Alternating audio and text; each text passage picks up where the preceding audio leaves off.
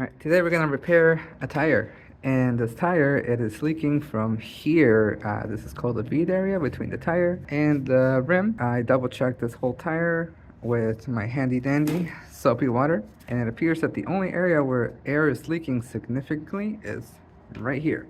So I'm going to show you what I'm going to do and how to fix it. What I'm going to do first is release all the air from the tire. You can use any tool, you can use tweezers. In this case, I have this tire inflator. I'm just going to have it release all the air. Sweet. After the air is out of the tire, you're going to put a piece of wood underneath a vehicle. In this case, I'm going to use my car. You're going to put the piece of wood not on the bead, but just around it, so that when the car goes up, it's going to push down and break the bead. You want to make sure that this nozzle is not anywhere near here, because sometimes they have sensors or you can damage the nozzle there. Let's do it. After you broke the bead from the tire, you're going to go around and you just want to make sure you clean it once. Make sure you get all this dust out and clean it up really nice, so that when you are actually breaking it and start working in the inside, nothing falls inside.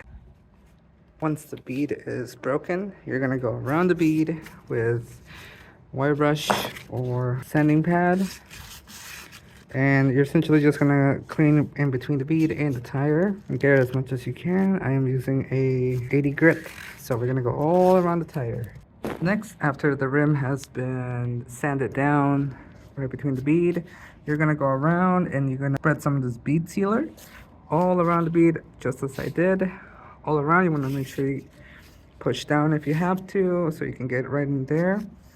If you don't have any bead sealer, you can always use also Permatex Anti-seize. Now we're going to go ahead and inflate.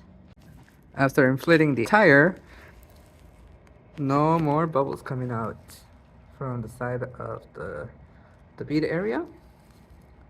So that is how you fix a leaky bead on a tire.